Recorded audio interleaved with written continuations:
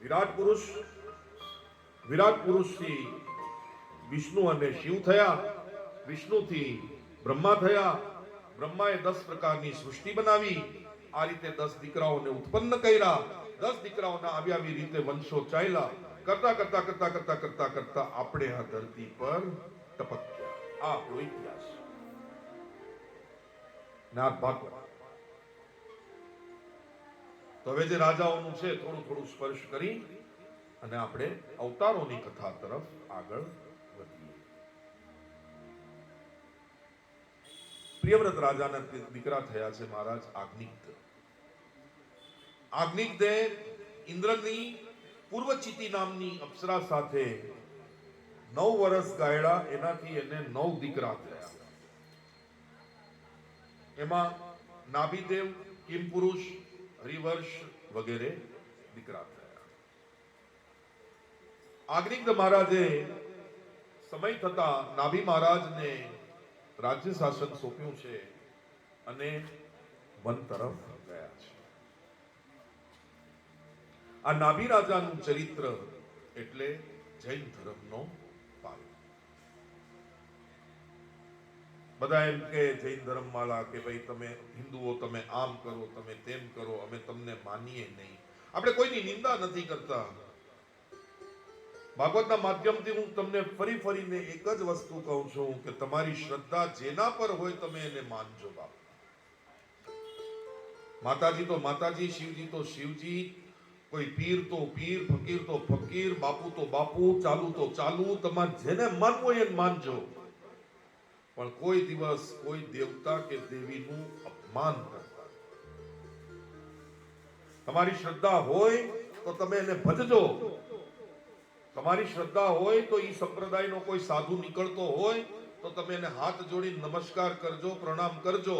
ન શ્રદ્ધા હોય તો ચૂપચાપ નીકળી જજો, પણ અડપલું કરતા કોઈની નિંદા ન કરવી. પતંજલિ પણ કહે છે સ્થૂલ નિંદા સ્તુતિર મૌન. નિંદા કરવી એના કરતા ચૂપ રહેવું વધારે સારું છે. આખા ઋષભદેવનું જીવન ચરિત્ર જૈન લોકોના સૌથી પહેલા તીર્થંકર આદિનાથ ભગવાન, એ આપણા ભાગવતમાં છે.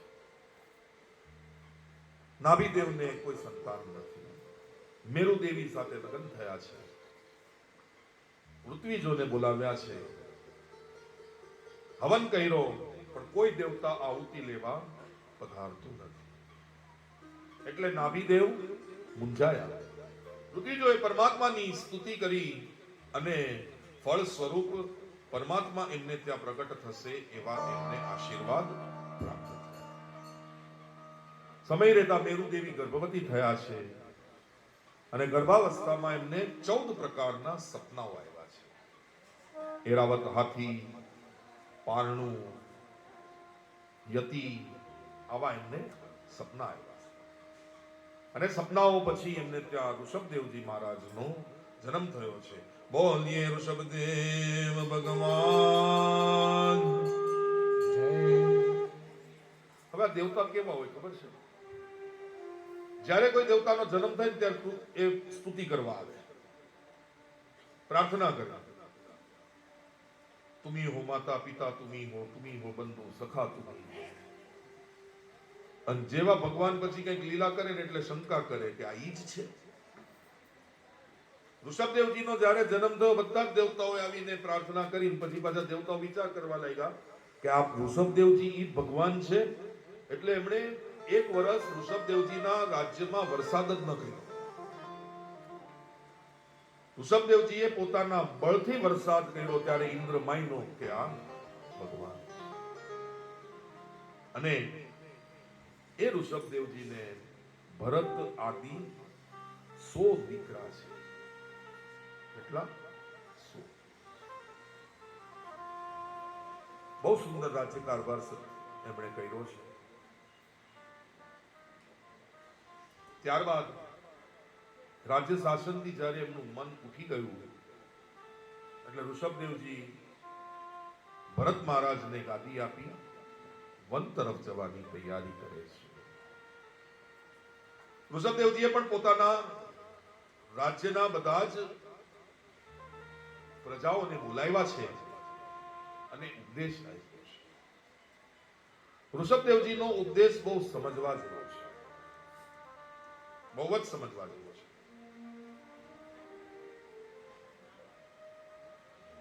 ઋષભદેવજીએ પ્રજાને કીધું કે હે મારા પ્રજાજનો, તમે એટલું જ તમારો વિસ્તાર ફેલાવજો જેટલું તમે પોતે સમેટી શકો.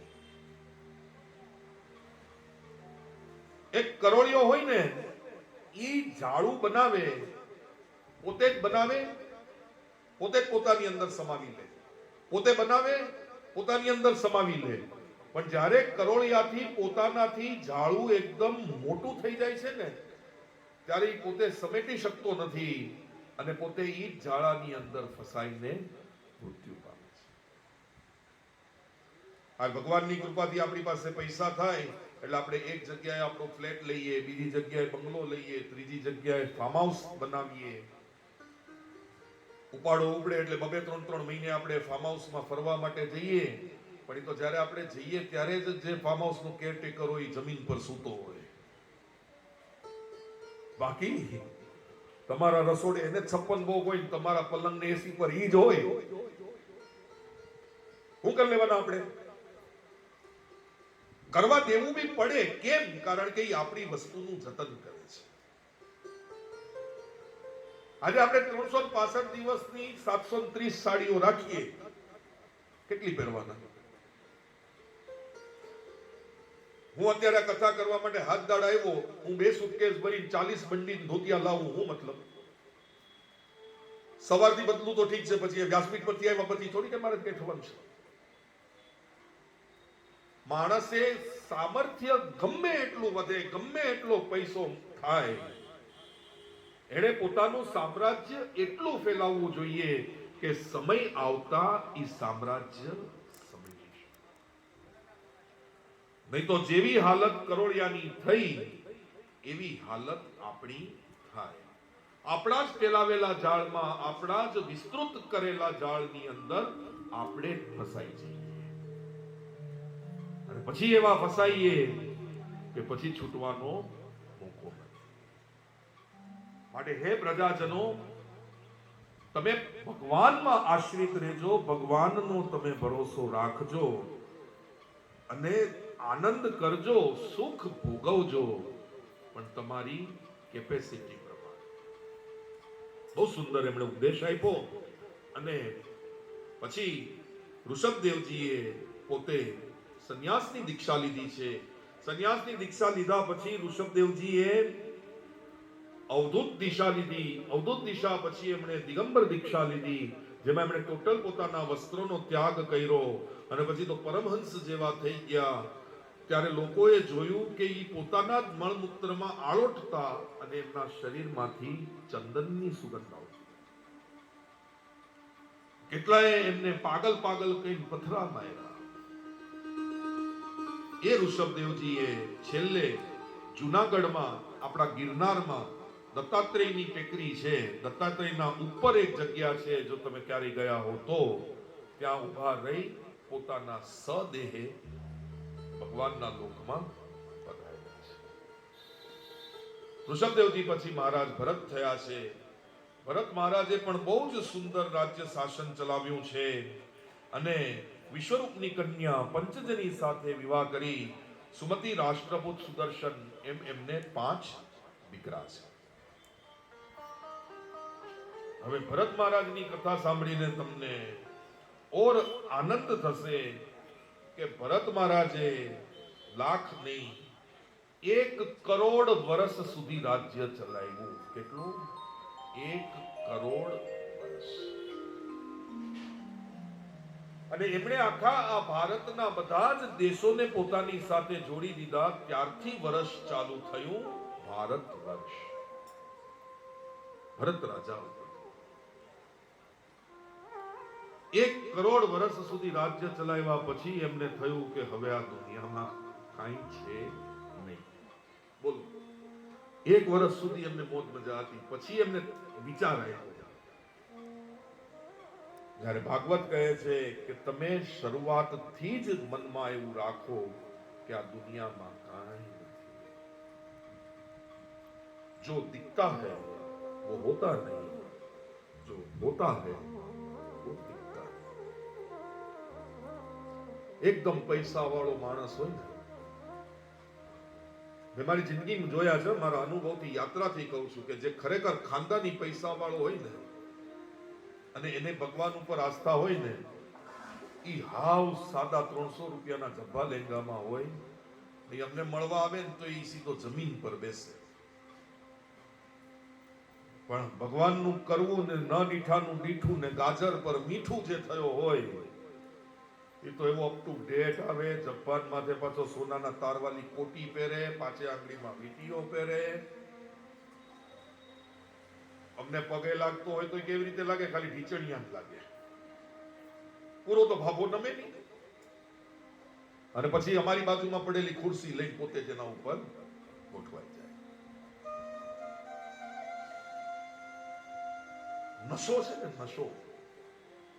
કોઈને રૂપ નો હોય, કોઈને પોતાની આવડત નો હોય, પોતાની સ્કિલ નો હોય, કોઈને પૈસા નો હોય. નશો બહુ ખરાબ છે. ભરત મહારાજને 1 કરોડ વર્ષ સુધી રાજ્ય શાસન ચલાવ્યા પછી થયું કે હવે આ દુનિયામાં કાંઈ નથી. અને ભરત મહારાજે સુમતિ મહારાજને રાજ્ય સોંપ્યું છે અને મહારાષ્ટ્રમાં આવેલા હરિહર ક્ષેત્રની અંદર સંન્યાસની દીક્ષા લઈ ઝૂંપડું બનાવી ગંડકી નદીને કિનારે રહ્યા છે. એક એવું તપ કર્યું ભરત મહારાજે કે મોક્ષનો દ્વાર બસ આમ નજીક છે, મોક્ષના દ્વારે બસ આવ્યા જ છે. અને ઘટના એવી ઘટી કે એક દિવસ સવારે ભરત મહારાજ ગંડકી નદીમાં સ્નાન કરતા હતા અને સૂર્યને અર્ઘ્ય ચડાવતા હતા. ભરત મહારાજ ગંડકી નદીની અંદર ઊભા છે, સૂર્યને અર્ઘ્ય ચડાવી રહ્યા છે. એમાં નદીને સામે કિનારે એક હરણી ગર્ભવતી છે, એ પાણી પી રહી છે. હવે તમે જો ઘટના કે માણસ ભયથી કેટલો વિચલિત થાય છે. હરણી પાણી પી રહી છે અને એક સિંહની ત્રાડ સંભળાય. સિંહ દેખાયો નથી, એનો ખાલી અવાજ આવ્યો છે. સિંહની ત્રાડ સંભળાણી અને હરણીને થયું કે હાય, સિંહ મને ખાઈ જશે, મારા ગર્ભનું શું થશે? એ હરણીએ ત્યાંથી છલાંગ મારી, પણ ગર્ભ હતો એટલે એનું બેલેન્સ રહ્યું નહીં. ડરના માયરા એનો ગર્ભ પ્રસવ થઈ ગયો, બચ્ચું પાણીમાં પડ્યું અને હરણી સામે કિનારે જઈ એ શીલા ઉપર એનું માથું પટકાયું અને હરણીના ત્યાં જ રામ. ભરત મહારાજે આ બધું જોયું, એમની નજરની સામે થયું. એટલે ભરત મહારાજે જઈ અને હરણના બચ્ચાને ઉપાડ્યું અને આશ્રમમાં લઈ. હવે નાનું તો બાળક કોઈનું પણ હોય, માણસનું હોય, ગધેડાનું હોય, ગાયનું હોય, કૂતરાનું હોય, બિલાડાનું હોય કે હરણનું હોય, પ્યારું જ લાગે. નાના ભૂલકા તો હંમેશા પ્યારા હોય જ. ભરત મહારાજ જે મોક્ષને દ્વારે આવેલા છે, મોક્ષ થવાનો છે, એમનો મોહ હરણના બચ્ચામાં લાગ્યો. सवार થાય नहीं शिष्यों के बच्चे ने दूध पिया, बच्चे को स्नान कराया, बच्चा क्या कर रहा है, बच्चा क्या कर रहा है, बस भगवान ની જગ્યાએ બચ્ચા क्या कर रहा है.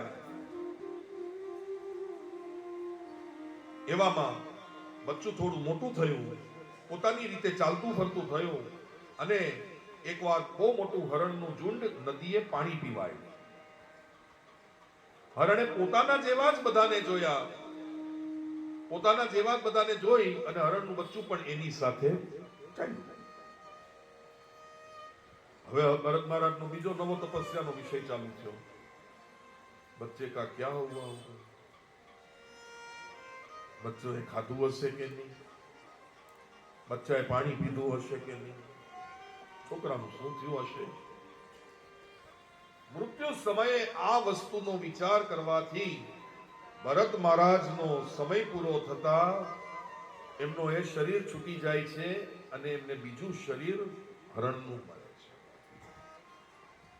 પણ હરણના શરીરમાં પૂર્વજન્મનું જ્ઞાન હતું, પૂર્વજન્મનું એમને જ્ઞાત હતી. એટલે હરણના બચ્ચામાં પણ ભરત મહારાજ શું કરે છે, એક નદીના કિનારે બે પગ પાણીની અંદર રાખે છે, બે પગ પાણીની ઉપર રાખે છે, પોતાનું મોઢું ઊંચું રાખી પરમાત્માને યાદ કરે છે. એટલે ભૂખ તરસથી એમનું એ હરણનું શરીર છૂટે છે અને ભરત મહારાજ ફરીથી અંગીરા ગોત્રના બ્રાહ્મણને ત્યાં એની બીજી સ્ત્રીને પેટે દીકરાને દીકરી રૂપે જન્મે છે. એ બ્રાહ્મણને એની પહેલી સ્ત્રીથી 9 બાળકો છે. ને 9 બાળકો છે ને ભરત મહારાજને બહુ હેરાન કરે છે. ભરત મહારાજ થોડા મોટા થતા નથી કે એમને ખેતરમાં ખેતી કરવા માટે લગાવી દે છે. તો એમને જમવા માટે પણ 10-10 દિવસ જૂની રોટલી, 10-10 દિવસ જૂના ભાત, આવું બધું આપે છે. એક દિવસ ભરત મહારાજ તો બરોબર કામ કરતા હતા, લેવા દે વગરની ભાભીએ ઝઘડો કર્યો અને ભરત મહારાજનું મગજ છટક્યું કે જવા દો કે આ સંસારમાં કઈ છે નહીં, કે સંસારમાં રહીને આવું સાદું ખાઈને પણ લોકો મને આવું જ કહે છે, હવે હું હરી ભજવા માટે જાઉં. એમ વિચારીને ભરત મહારાજ એક જંગલમાં જાય. એક ઝાડને અડેલીને ભરત મહારાજ બેઠા છે. એવામાં ત્યાં આગળ થોડે નજીક એક સિંધ સોવીર નામનો એક દેશ છે. એનો રાજા રઘુગણ પોતાના રાજ્યથી બીજે રાજ્ય જવા માટે નીકળે છે. ત્યાં જ્યારે જંગલમાં જાય છે ત્યારે એના 4 કહારમાંથી એક કહારની તબિયત ખરાબ થઈ જાય છે. એટલે પાલખી અટકી ગઈ. સિંધુ સોવીર નામના રાજાએ કીધું પોતાના કહારને કે જાઓ, दूसरा कोई कहार ढूंढ के लाओ. આ બાજુ ભરત મહારાજ બેઠા છે, જમીનમાં જુએ છે, આકાશમાં જુએ છે, જમીનમાં જુએ છે, આકાશમાં જુએ છે. એવામાં એ ત્રણેય કહારો જે બીજો કહાર ગોતવા ગયા હતા એની નજર ભરત મહારાજ પર પડી. એટલે ભરત મહારાજને કીધું કે એ જાડિયા હતા, મસ્ત એકદમ. અને જે ચીઝ, બર્ગર, પીઝા, બટેટા વડા ખાધા વગરનો જે જાડિયો થયો હોય ને એનામાં થોડી તાકાત હોય. જે બાજરાના રોટલા, ખીચડીની કઢી ખાઈને જે જમાવટ કરી હોય એની જમાવટ બરોબર હોય. પુષ્ટિ માર્ગનો જો હોય તો પછી બરોબર પૃષ્ઠ હોય. પણ જે બસ ખાલી રોજ સવારના બ્રેડ બટર ખાઈને બન્યો હોય ને એ હાવ ફોફો હોય. આ ભાગવતે નો ઉપાડી રાખે. 5 મિનિટ ઉપાડવા હોય ને તો થઈ જાય. ભરત મહારાજે તો 9-9 દિવસ જૂની રોટલીઓ ખાધી હતી, એટલે હતા તો એકદમ અલમસ્ત. અને ભરત મહારાજ જાણતા હતા કે આ શરીરને નામ છે, આત્માને થોડી છે. કોઈ જાડિયો કે કોઈ ગધેડો કે કોઈ જળ જેવો કે મને થોડી કે છે, એ તો અમારા શરીરને કહે છે. એટલે એમને કઈ ફરક પડતો નતો. ઓલા કારોએ આવીને કીધું, એ જાડિયા, हमारे राजा को दूसरे देश जाना है, ले चलोगे? भरत महाराज तो उभा थया. भरत महाराज ઈ ત્રણેય કહારો કરતા ઊંચા અને હેલ્ધી. એટલે રાજા પાસે લાવ્યા. એટલે ગોઠવણ કેવી રીતે કરી? સૌથી આગળ ભરત મહારાજ, એની પાછળ એક કહાર, પછી પાલખી, પછી બીજા બે કહાર. કારણ કે જો ભરત મહારાજને પાછળ રાખે તો પાલખી આમ થઈ જાય. રાજા કોઈ દિવસ નીચું જુએ? કોઈ દિવસ ના જુએ. લાખી રચના થઈ અને પાલખી હાઈલી તમારે તો હું. હવે આ તો ભરત મહારાજ બધું જ્ઞાન, એટલે એની નજર જમીન પર જ રહે. જેવી કીડી દેખાય ને એટલે ઠેકડો મારે કે મારા પગની નીચે કીડી ના આવવી જોઈએ. મંકોડો દેખાય એટલે ઠેકડો મારે. હવે ઈ ઠેકડો મારે એટલે પાલખી આખી હલે. પાલખી આખી હલે એટલે પાલખીમાં જે પાછળ ઓલા ડટ્ટા માટેનું જે લાકડું રાખ્યું હોય ને ઈ રઘુગણ રાજાના માથામાં માર્યું. એક વાર સહન કર્યું, બે વાર સહન કર્યું. એમાં એવું કાળી કીડીઓનું મોટું ઝુંડ. તો ભરત મહારાજ કે ઝાડુ લઈને કાળી કીડીઓને ન મરાય એમ કરી ઝાડુમાં લઈને મારવા નહોતા ગયા, એમને સીધા ઈ આખા ઝુંડ ઉપરથી ઠેકડો માર્યો. ઈ ઠેકડો માર્યો ને એમાં રઘુગણ રાજા આખો હલી તો ગયો પણ માથું 3 વાર પાછળ પટકાયું. એટલે સીધા પાલખીમાંથી બૂમ પાડી, એ ઝાડિયા દેખાતું નથી? આ ભરત મહારાજ આ થોડી સમજવાના. એમણે એમનો કાર્યક્રમ ચાલુ કર્યો. હરે કૃષ્ણ. રાજા પાલખી ઉભી રખાવી. ઉતરા કે હે જાડિયા, તને અક્કલ નથી કે ક્યારનો ઠેકડા મારે છે?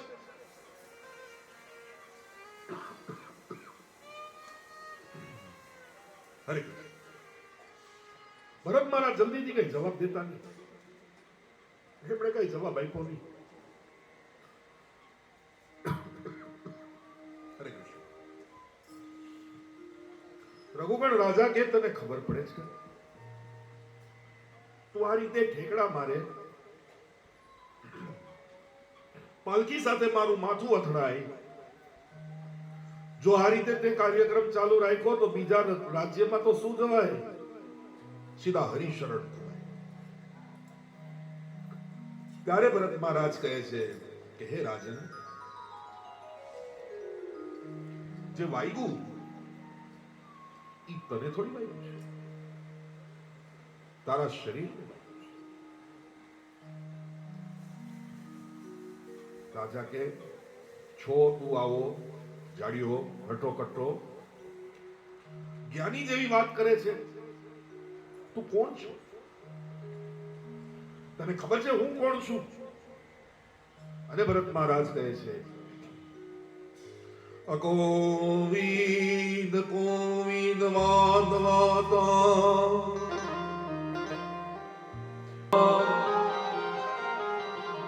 વિપ્રાથ પ્રથમ નામ વિરૂપ ભેદ મંતવૈષ્ટમ ચ પુરૈસ્તનોતિ. ભરત મહારાજ કે તને ક્યાં વાગ્યું? તું એમ કે છે કે તું રાજા હતો, તને ઈ ખબર છે હું કોણ હતો? હું નાભીદેવને ત્યાં જન્મેલા ઋષભદેવનો દીકરો ભરત હતો, અને તું તો આવડા અમથા રાજ્યનો રાજા છો. હું તો આખા ભારત વર્ષનો રાજા. તું જીવી જીવીને કેટલું જીવીશ ને કેટલું રાજ્ય કરીશ? મેં 1 કરોડ વર્ષ સુધી રાજ્ય કર્યું છે. પછી પરમાત્માને પામવા માટે તપ કરવા માટે ગયો ત્યારે એક હરણના બચ્ચામાં મોયો. હરણના બચ્ચા પછી મારો આ જન્મ થયો છે. પણ આ તો શરીર બદલાયું છે, આત્મા તો એ જ છે. હે રાજા, જીવ જન્મ અને મરણ સુધી જીવે છે, મૃત્યુ પામે છે, પાછું એને યોનિ પ્રમાણે જન્મ મળે છે, પણ જીવ તો ઈનો ઈ જ રહે છે. એનો જીવ બદલાતો નથી. પીડા થાય છે એ શરીરને થાય છે. અત્યારના કરતાલ વગાડતા વગાડતા પણ જો ઊંધું જજમેન્ટ મારું ગયું તો આ કરતાલ કે આ જે ખંજરી છે એ મને વાગશે તો એ મારા શરીરને વાગશે. અત્યારે તમે આરતી ઉતારતા હશો, આરતી ઉતારતા ઉતારતા તમારો જે આંગળી છે એ સમજો કે દીવાની અંદર જતી રહી, તો જે જલન થશે એ તમને થશે, તમારા શરીરને થશે. પણ માણસ જ્યારે મૃત્યુ પામે છે અને એના નિશ્ચેતન શરીરને જ્યારે ચિતા ઉપર સુવડાવી અને આગ લગાવવામાં આવે છે ત્યારે કેમ ચીસ નથી પાડતો? અત્યારે એક આંગળી આપણી ખાલી એક દીવાની અંદર પણ જતી રહી તો પણ આપણને જલન થાય છે, આપણને બળતરા થાય છે, પણ જીવ આ શરીરમાંથી નીકળી ગયા પછી આખે આખા આ શરીરને અગ્નિને સમર્પિત કરીને ભસ્મ કરવા રાખીએ છીએ ચિતા પર, છતાં આપણને મહેસૂસ નથી થતું, કારણ કે ત્યારે એ શરીરમાંથી આત્મા નીકળી ગયો છે. એ શરીરમાંથી જ્યારે ચેતના જતી રહી છે ત્યારે એ શરીરને કશું મહેસૂસ થતું નથી. માટે હે રાજન, તું આવડો મોટો રાજા થઈ અને ઈ વિચાર નથી કરતો કે તું ચાર વ્યક્તિઓ ઉપર, ચાર જીવ ઉપર તું તારો ભાર આપે છે. તું પાલખી લઈને જઈ રહ્યો છે બીજા દેશમાં, પણ તારા વજનથી ચાર કંધાઓને તું વજન આપી રહ્યો છે, તું એ જોઈ નથી રહ્યો.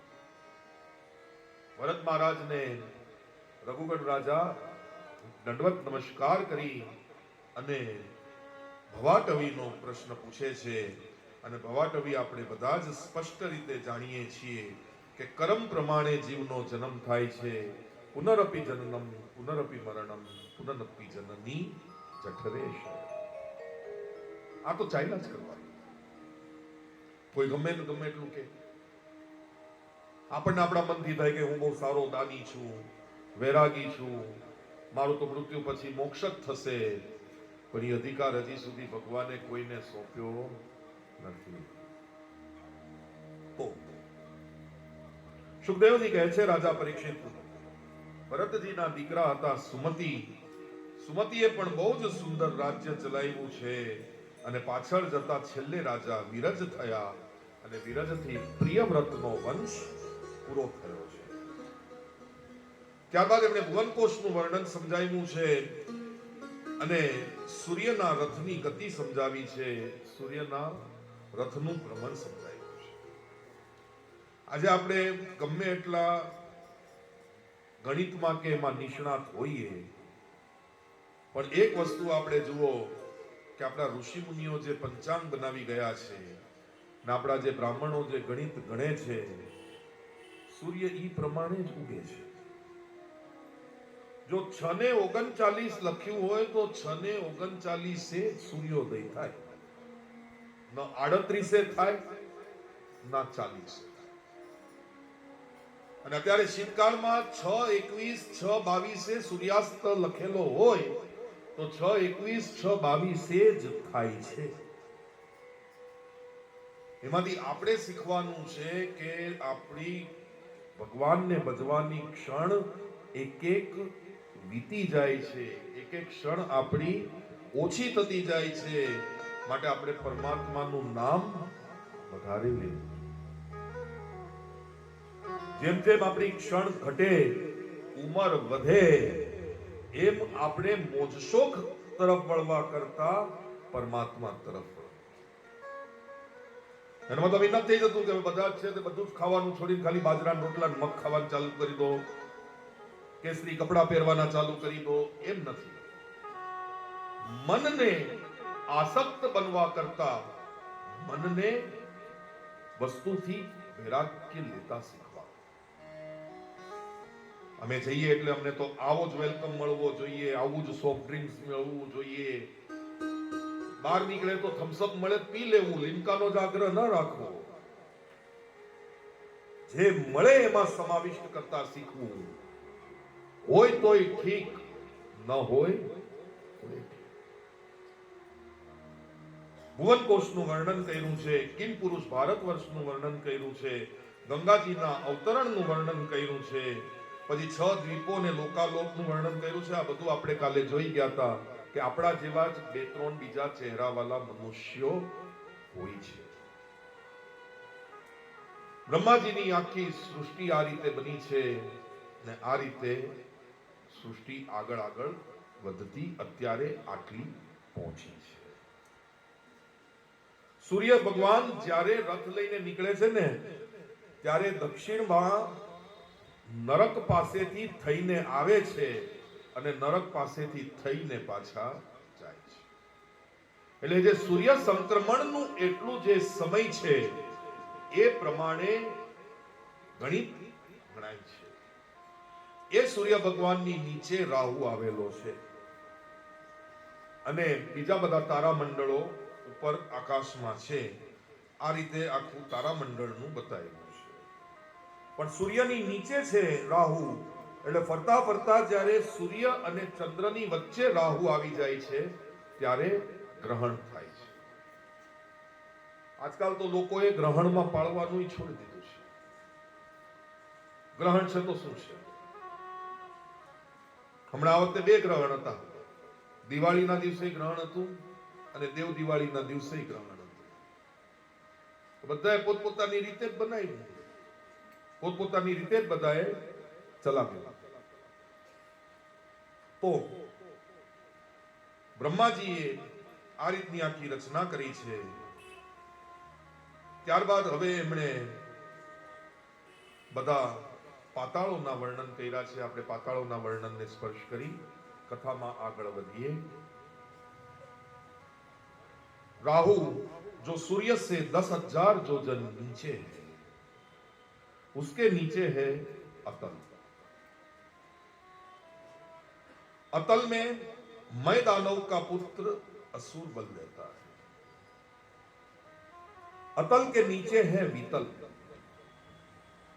वितल में हाटकेश्वर भगवान शंकर भगवान का रूप है, जो नागर ब्राह्मण के कुल देवता है.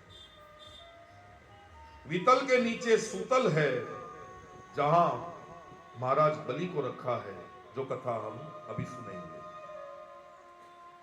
सूतल के नीचे तलातल है, जहां दानवराज मैं रहता है. तलातल के नीचे महातल है, जहां कद्रू अपने नागलोक नाग परिवार के साथ रह रही है. वो महातल का कालीय नाग यमुना जी में आया था, जिसे भगवान श्री कृष्ण ने नाथा था, जो कथा हम कल सुनेंगे. वही महातल में तक्षक है, जो तक्षक महाराज बलि को डसने वाला. उस महातल के नीचे रसातल है, जिसमें दानव और दैत्य रहते हैं. वो रसातल के नीचे पाताल है, और वो पाताल के नीचे वासुकी नाग है, जो वासुकी नाग के नीचे भगवान शांत स्वरूप में सोए हैं. जो कल हमने स्तुति की शांताकारम भुजग शयनम. सांप के नीचे वही सो सकता है जो ईश्वर है, और सांप को गले में लेके वही चल सकता है जो देवों का भी देव है, जो महान है. आज खाली रमकડાનો સાપ આપણે ઘરમાં ફેંકીએ ઘર નાખે મૂકી દે આપણે ખાલી ઓલો રબરનો સાપ પણ જો ક્યાંય મૂક્યો હોય તો જીવ ઉછાળા મારવાનું ચાલુ કરે. मिट्टी का एक नाग बनाया, उसी की पूजा करियो. मिट्टी का एक नाग बनाया, उसी की पूजा. सच्चा नाग जब घर में निकला, पहला दीपम भरियो रे. अंधेरी दुनिया भजन बिना कैसे नहीं हो. अंधेरी दुनिया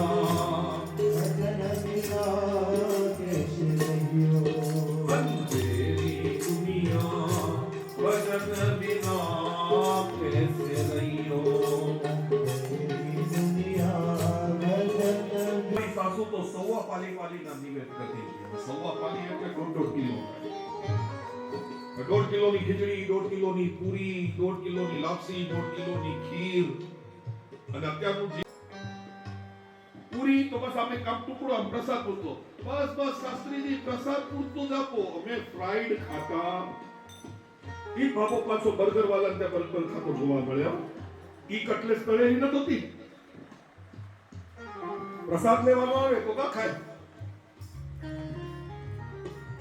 પણ બધાની સાથે મળી નિવેદના નામે એમાં તો મારા જેવો પાછો નમૂનો જઈને પૂછે, ખબર નહીં શાસ્ત્રીજી અમારી સાસુ કરતા હતા. હવે સાસુ પાછા ક્યાં હોય? એટલે ડાયરેક્ટલી કે તમારે જે પૂછવું હોય ઉપર જાઓ. सवा शेर की पूरी बनाई देवी को चढ़वैयो, सवा शेर की पूरी बनाई देवी को चढ़वैयो। देवी बिचारी खावे न पीवे आप ही हिल मिल खइयो रे। अंधेरी दुनिया भजन बिना कैसे रहियो, अंधेरी दुनिया भजन बिना कैसे रहियो। अंधेरी दुनिया भजन बिना कैसे रहियो। अंधेरी दुनिया भजन बिना कैसे रहियो। घना सवालों में आवे कि शास्त्री जी मार्बल का मंदिर बना सकते हैं? मार्बल का मंदिर तो बना सकते हो, पर वो है तो पानी। मार्बल को जितना घिसो उतना उसके अंदर। હવે આ એક બે ઉદાહરણ જો પછી કથામાં હું તમને બતાવું, સમજવા જેવું ભજન છે, કબીરનું છે। કબીરની વાણી કોઈ દિવસ જેવી તેવી ન હોય, એમાં હંમેશા રહસ્ય છુપાયેલું હોય।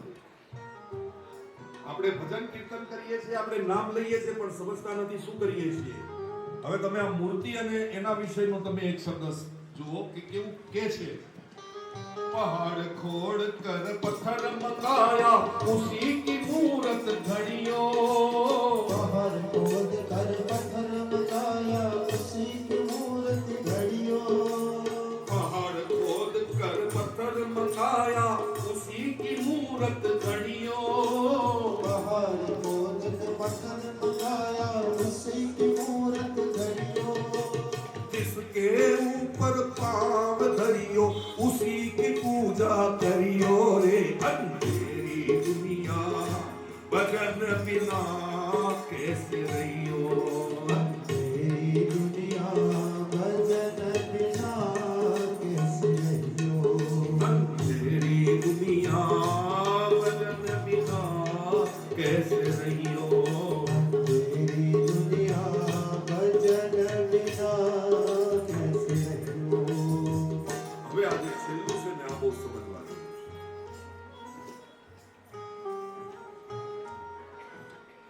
કોઈને સમજો કે 4 દીકરા હોય, કોઈ પોતાના મા બાપને રાખવા તૈયાર હોય, ચારેય દીકરાઓ પાછા ભેગા મળીને વારા કાઢે કે 3 મહિના તારે ત્યાં, 3 મહિના તારે ત્યાં, 3 મહિના તારે ત્યાં। હવે એવા મા બાપનું અવસાન થઈ જાય, ગામ ધુમાડો કરવા માટે કરોડો રૂપિયા ખર્ચો કરીને આખા ગામને જમાડે। કેમ? સમાજ બોલવો જોઈએ કે ફલાણાના છોકરાએ આવો ડામા વાવા કરવી હોય તો 5 પ્રકારના મિષ્ટાન, 5 પ્રકારના ફરસાણ રાખશે, પણ જો બ્રાહ્મણોને જમાડવા હોય તો ખીરે માપની કરશે। એવામાં જો કોઈ પાછા કહે કે ભાઈ પછતાઈઓ, जिसे बाप को रोटी न देवे मित्रन के पछताइयो। બાપ લોકો જ્યાં સુધી કે આ આપણે નહીં, બિચારો બીડી ફૂંકતો હોય તો કે આનાથી કેન્સર થઈ જાય, બીડી બંધ કરી દે। બાપા એમ કહે ને કે બીડીનો ખર્ચો ભારે પડે છે। જે મા બાપ તમારા શોખ પૂરા કરવા માટે પોતે અડધી અડધી રોટલી ખાઈને જીવે, એના શોખ પૂરા કરવાની આપણામાં ત્રેવડ રહેતી નથી। પછી જ્યારે ગેરહાજર થાય અને આવી કથાઓમાં સાંભળીએ આપણે, जो प्रणाली से हम चल रहे हैं वो प्रणाली में सत्य क्या है ढूंढे बगैर चलते हैं, तो वो भजन हमारा अंधा भजन। आज एक ऑथर ने उसकी बुक लिखी थी, उसमें कुछ मेरी ही चीजों से उसने बुक लिखी, तो उसने मिलने को आके पूछना पड़ा कि भाई आप बचपन से कृष्ण के पीछे क्यों हो, तो मेरे पास उसका आंसर था। आज इतना पढ़ा लिखा होने के बावजूद भागवत के पीछे क्यों हूं, उसका आंसर है। किया तो यहां समझने की बात यह है कि जो करते हो उसका मूल पहले पकड़ो, उसके बारे में समझ रखो कि हम अगर ये करते हैं तो क्यों करते हैं। सुखदेव जी कहे छे राजा परीक्षित, जो जीव जैसा करता है वैसे उसकी गति हो, और कर्म के हिसाब से उसको स्वर्ग या नरक मिलता है। शास्त्र के अंदर 21 प्रकार के नरक बताए। आज ठाकुर जी की कृपा से हम भगवान का प्रादुर्भाव करने जा रहे हैं, भगवान का प्रागट्य करने जा रहे हैं, तो हम नरक में क्यों हैं? पर मेरे मानने से स्वर्ग और नरक दोनों यही है। एक एग्जाम्पल दे के आगे बढ़ूं कथा में, कि समझो कि हम सुबह में तैयार होके कहीं जाते हैं, और अगर हम अपनी गाड़ी से जा रहे हैं, सिग्नल आया है और हमारी गाड़ी के बाजू में, आजकल नहीं वो महानगर की कचरा पेटी की गाड़ी आती है जो कचरा लेती है और अपने अंदर ही वो मिक्स करती है, वो गाड़ी खड़ी है, हमारा एसी खराब हो गया है और अगर हमारी बारी का कांच खुला है तो 5 मिनट तक हम जो वो परफ्यूम वाली गाड़ी के पास खड़े हैं, वो हमारा नरक है। अगर हम कहीं जाते हैं वहां उम्मीद भी नहीं होती, उतना हमारा सम्मान हो जाता है, वो स्वर्ग है। स्वर्ग नरक दोनों यही है। हमारी भ्रांति पे विश्वास है कि वो कैसा है। पर हमेशा भागवत में मुझे एक नरक बहुत अच्छा लगता है। एक बार ऐसा कहा ना, नरक पे बहुत चर्चा चली मेरी। ये एक सेशन में मैं ज्यादा समझा नहीं पाता, 2 सेशन होता है तो मेरे को थोड़ी मजा आती है। तो जामनगर में कथा थी और उसमें दोपहर को ये नरक का टॉपिक आया, तो गलती से मैंने ज्यादा समझा दिया, तो शाम को चिट्ठी आ गई, बापू आज आपने नरक की बातें ज्यादा की, इरादा क्या है? मैंने कहा इरादा तो नेक है बंदे, जिसने भी लिखा हो, मेरे को तो बोलो तो नरक में भी जाके मैं भागवत करूं, यजमान कौन बन रहा है वो बोलो। भागवत करने को तैयार हूं, यजमान बन जाओ। हम हमेशा संतों से भी ये सुनते आए हैं कि शास्त्र पे विश्वास करें, वो भक्ति है। जो संतों ने कहा, जो संतों ने समझाया, उस चीज पे हम विश्वास करें, वो भक्ति है, वही हमारी श्रद्धा है। तो आज संतों ने वर्णन किया है, पर प्यारो मुझे ये तो बताओ कि जो ऊपर गया है उसने कभी किसी को व्हाट्सएप, फेसबुक, इंस्टाग्राम फोटो भेजा है? किसी ने ऐसे कहा कि मैं स्वर्ग में बहुत खुश हूं, उर्वशी मेनका मेरे साथ डांस करती है, देखो वीडियो देखो, आया है कुछ? फिर भी हम मानते हैं क्योंकि हम संतों के वचनों पे विश्वास करते हैं। तो स्वर्ग नरक में विश्वास करता हूं, पर मेरा विश्वास यह है कि जीवन में इंसान हमेशा स्वर्ग और नरक दोनों में से पसार होता ही है। पर एक नरक मुझे बहुत ज्यादा पसंद है, कि जो इंसान अपने पे मुसीबत आने से अपने परमात्मा को, अपने भगवान को छोड़ के, अपने धर्म को छोड़ के जो दूसरे धर्म का स्वीकार करता है, दूसरा धर्म अपनाता है, उसको असीपत्र नाम के नरक में रखा जाता है, कोड़ों से पीटा जाता है और उसको एक दूसरे पेड़ के ऊपर घसीटा जाता है। ये बात समझने जैसी। बाकी के सारे जो 20 प्रकार के नरक हैं वो श्री जी बाबा के चरणों में समर्पित। भगवान આવવાના એના માનમાં તમે આજે તાંડવ કેવું સુંદર કર્યું હે। મન તો એમ લાગ્યું કે વધારે પડતું જો મૃદંગ વાગશે તો શંકરે હવે સમાધિ ખોલીને આવે નહીં તો સારું। એટલું સુંદર તાંડવ તમે કર્યું, તો પછી હવે આપણે નરકમાં શું કામ રહેવું છે ભાઈ? આગળ વધો।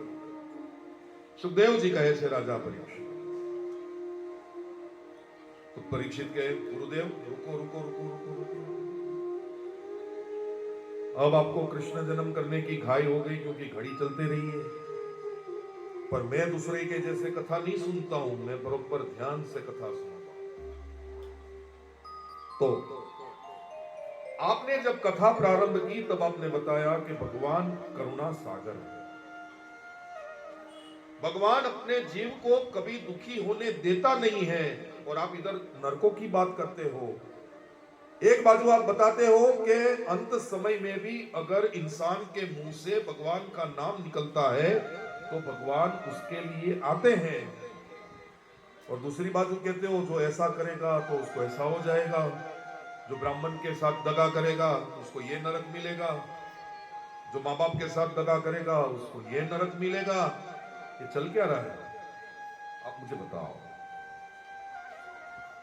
सुखदेव जी कहते हैं राजा परीक्षित, मैंने जो कहा वो उचित ही कहा. भगवान की भक्ति में भगवान से ज्यादा भगवान के नाम में ताकत है, और भले आदमी ने कैसा भी काम किया हो पर अंत समय अगर उसके मुंह पे भगवान का नाम है तो भगवान को जबरदस्ती आना पड़ता. मैं तुम्हें एक इतिहास सुनाता हूं, वो तुम सावधान होकर सुनो. कान्यकुब्जे द्विजकश्चि दासी पतिर अजामिल नामना नष्ट सदाचारो दास्या संसर्ग दूषित एवं निवसतस्तस्य लालयानस्य तत्सुता कालोत्यागन महान राज नष्टाशित्यान्य समान. हे राजा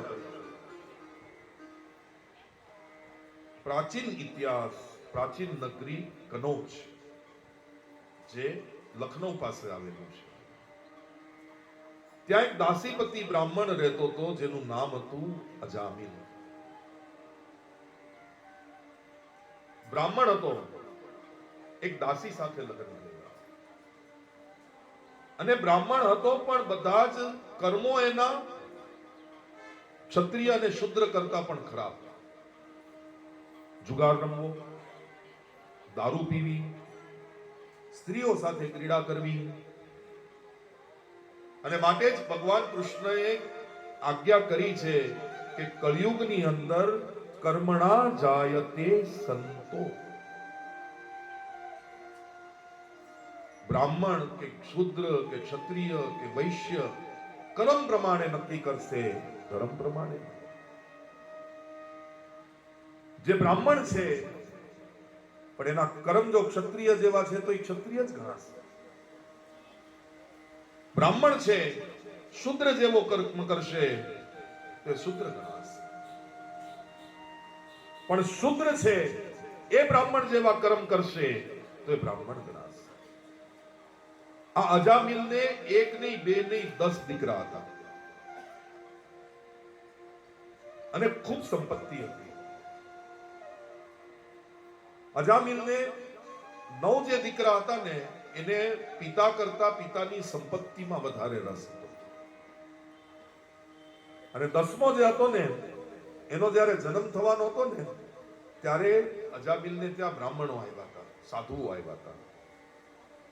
તો અજામિલ તો દારૂના નશામાં હતો, એને પત્નીને આગળ રાખીને કીધું કે બોલો બોલો इसको क्या होगा, लड़का होगा કે लड़की होगी. સાધુએ કીધું પરીક્ષા કરે છે, જા છોકરો થશે, પણ તારે હવે અમે તને જવાબ આપ્યો તો તારે એક કામ કરવું પડશે, તારે અમે કહીએ એનું નામ રાખવું પડશે. તો અજામિલ કે મંજૂર, જે નામ કયો એ બોલો, શું રાખવું છે? તો તો કે એનું નામ તું નારાયણ રાખજે. અજામિલ કે નારાયણ ભલે રાખી. નારાયણ મોટો થયો, અજામિલ ઘરડો થયો. ઘરડો થયો ને એટલે અજામિલની સેવા કરવાના 9 છોકરાઓએ છોડી દીધું. બધો જ ભાર નારાયણના એકલાના માથા ઉપર મૂકી દીધો. નારાયણ કે કઈ વાંધો નહીં, પિતા જ છે ને. નારાયણ બહુ સારી સેવા કરતો અજામિલની. એક દિવસ અજામિલ પોતાના પલંગ ઉપર સૂતો છે. હવે હલનચલન બી કરી શકતો નથી. અને એવામાં બરોબર સંધ્યા સમયે એક કાળો મુસ્ટંડો માણસ એને દરવાજા ઉપર દેખાય છે. દરવાજા ઉપર જેવો કાળો મુસ્ટંડો માણસ દેખાય છે એટલે અજામિલ ચીસો પાડે છે, નારાયણ નારાયણ. અને એટલામાં વિષ્ણુ ભગવાનના દૂતો પણ આવી જાય છે. અને વિષ્ણુ ભગવાનના દૂતો આવે છે અને આ બાજુથી એને એકલો મુસ્ટંડો દેખાયો તો એ યમના દૂત હતા. એ 6-7 થઈ જાય છે. એ 6-7 થઈ જાય છે એટલે વિષ્ણુ ભગવાનના દૂતો કહે છે કે આણે અંત સમયે અમારા ભગવાનનું નામ લીધું છે એટલે તમે અહીંથી ચાલ્યા જાઓ. હવે આ અમારો કેસ છે. હવે યમદૂતો તો બિચારા યમરાજને ભગવાન માનતા, એમને તો ખબર નહીં વિષ્ણુ લોક શું છે, વિષ્ણુ ભગવાન શું છે, શું કોને કેવું કાંઈ ખબર નહીં. એટલે એણે તો કીધું કે એ વિષ્ણુ કોણ હે. વિષ્ણુ ભગવાનના દૂતો કે તને નથી ખબર વિષ્ણુ કોણ છે? તો કે ના. તો કે જા તારા માલિક યમરાજને પૂછ વિષ્ણુ કોણ છે, જા અહીંથી. यमदूतों के देखो जब तक हम आते नहीं है तुम इसको लेके नहीं जाना. अगर हमारे महाराज ने कहा ना कि ये विष्णु विष्णु कुछ है ही नहीं और ये आत्मा को हमें ले जाना है तो हम ही लेने आएंगे. अजामिल तो एक बाजू रही गयो, विष्णुना दूत અને યમદૂત બે ઝઘડવા લાગ્યા. અને વિષ્ણુ ભગવાનના દૂતો કે તું જા તો ખરો પણ પહેલા તારા માલિકને પૂછ તો ખરો કે વિષ્ણુ કોણ છે. અમે આને હાથે નહીં લગાવીએ, ખાતરી પૂછીને આવો. અને યમદૂતો યમરાજ પાસે ગયા છે. આખી ઘટના કીધી. યમરાજે કીધું વાત સાચી છે, જ્યાં વિષ્ણુના દૂત પહોંચે છે ત્યાં તમારા લોકોનું કંઈ કામ નથી. એ તો મારો સ્વામી છે. અજામિલને કહે છે વિષ્ણુ ભગવાનના દૂતો કે જો તારી સામે તે મરતા સમયે ખાલી એક વાર તે તારા દીકરાનું નામ લીધું છે. તે ભગવાનને નથી બોલાવ્યો, તે તારા દીકરાને બોલાવ્યો છે. અને છતાં અમે આવ્યા છીએ. વિચાર કર, આખી જિંદગી તે નારાયણને યાદ કર્યો હોત. હજી એ તારો થોડો સમય બાકી છે. એક કામ કર, દસમ સ્કંદનો અભ્યાસ કર, તારું મૃત્યુ સુધાર. પહેલા દિવસથી હું કહું છું કે ભાગવત માણસને મરણ સુધારવાનું શીખવાડે છે, બીજું કાંઈ નથી કરતું. આપણે આ સૃષ્ટિમાં 84 લાખ યોની ફરીને આવ્યા, મનુષ્ય દેહે આવ્યા. તો મનુષ્ય દેહે આવ્યા છો તો હવે ભજન કરો. બાકી કમાવું, ખાવું, પીવું, પેટ ભરવું આ તો બધા જ કરે છે. ભગવાને જેને દાંત આપ્યા છે એને ચવાણું આપે જ છે. જેને ભગવાન મોકલાવે છે એનો ખાવાનો, પીવાનો, રહેવાનો, સુવાનો બધો જ બંદોબસ્ત ભગવાન કરે છે. આજે શરૂઆતમાં નાનો હતો ને કથા કરવા જતો ત્યારે થોડો વિચાર કરતો કે આયોજકોએ મારો મુકામ કેવો રાખ્યો હશે, ત્યાંનું બાથરૂમ કેવું હશે, ગરોળા તો આટા નહીં મારતા હોય ને. કારણ કે ઘણી જગ્યાએ તો બધું એવું જ હોય, આવો બાપુ નાખો વખારે, બધું થોડી કઈ સરખું હોય. પણ જ્યારથી મેં મારી પાસે પકડીને રાખ્યું ને ત્યાર મને મુકામમાં તકલીફો આવતી, અને જ્યારથી મેં ભગવાન પર છોડી દીધું કે હવે તમે જ રાખો, ત્યારથી એકો એક ઉત્તમ મુકામ. માટે આપણે ચિંતા કરવી જ નહીં. ભગવાન પર છોડી દેવું. ભગવાન આપણી વ્યવસ્થા કરે. તો સુખદેવજી કહે છે રાજા પરીક્ષિત, અજામિલને વિષ્ણુ દૂતોએ સમજાવવાથી અજામિલે થોડાક સમય માટે ગંગા તટ ઉપર જઈ વિષ્ણુ ભગવાનના નામનું સ્મરણ કર્યું છે અને અંતે પરમધામ પરમ ગતિને પામ્યો છે. પણ એણે નારાયણ નારાયણનું નામ લેવાથી વિષ્ણુ ભગવાનનો પાર્ષદ બન્યો. પણ હંમેશા કથામાં કહું છું કે નામ સંકીર્તનને તમે બરોબર સમજો. માનું છું ત્યાં સુધી બધા સુશિક્ષિત જ છે એટલે મારે કઈ ભેટવા જેવું એ વધારે નથી. પણ અમુક જગ્યાએ જાવ ને ત્યાં હું બે જ સવાલ પૂછું. અમેરિકા